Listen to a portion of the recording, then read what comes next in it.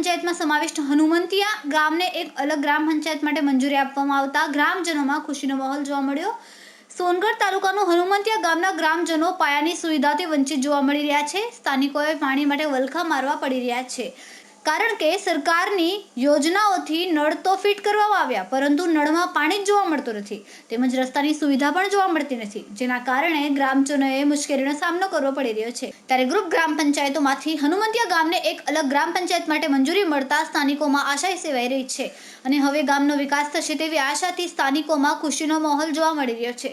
ત્યારે 26મી જાન્યુઆરીના રોજ પ્રજાસત્તાક દિન અને ગ્રામ પંચાયતની મંજૂરીની ખુશીમાં ભવ્ય ઉજવણી કરવામાં આવી હતી, જેમાં મોટી સંખ્યામાં ગ્રામજનોએ ભાગ લીધો હતો।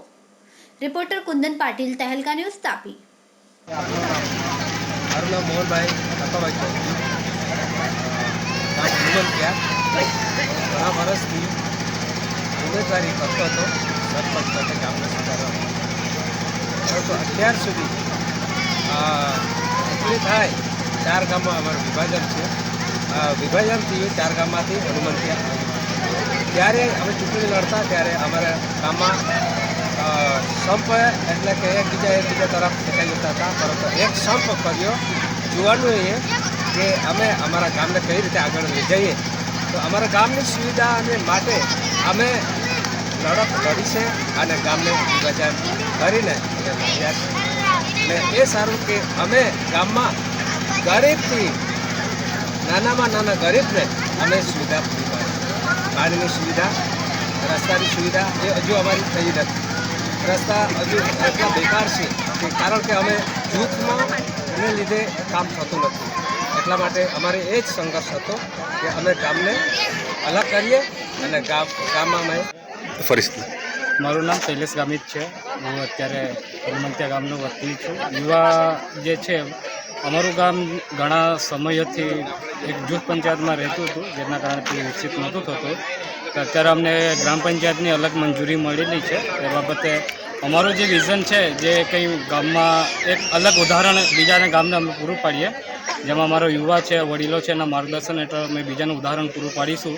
એ બાબતે અમુક જે સુખ સુવિધા છે, જે આપણે જે શહેરોમાં લેવા જતા હોઈએ, અમારું વિઝન એ છે કે એ સુખ સુવિધા અમે અમારા ગામમાં જ પૂરી પાડીએ, કે જેથી કરીને અમારો ગામનો જે વિદ્યાર્થી છે ગામમાં જ ડેવલપ થાય ને બહારની જે કંઈ પણ કોમ્પિટિટિવ એક્ઝામ છે, પછી લાઇબ્રેરીની સુવિધા હોય યા વોટેવર જે પણ છે, અમે અહીંયાથી એ પૂરી પાડીશું। અને એક મકસદ લઈને, સારા પોઝિટિવિટીથી લઈને એ જે ગામનું જે ડેવલપમેન્ટ છે એ આગળ ધરવાના છે, જેમાં ત્યાં વડીલોનો સાથ સહકાર પણ છે અને યુવાઓનો સપોર્ટ છે, ને સાથે જે છે વડીલોનું માર્ગદર્શન હેઠળ આગળ અમે આ ગામને વિકસિત કરીશું।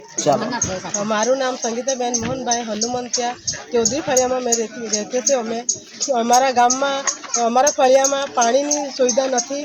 2 વર્ષથી પાણીના અમે તરફીએ છીએ, પણ પાણી ટાંકી પણ મુકાયેલી છે, નળ પણ મુકાયેલા છે, બોર પણ કરાવેલા છે, પણ હજુ સુધી નળમાં પાણી નથી આવ્યું।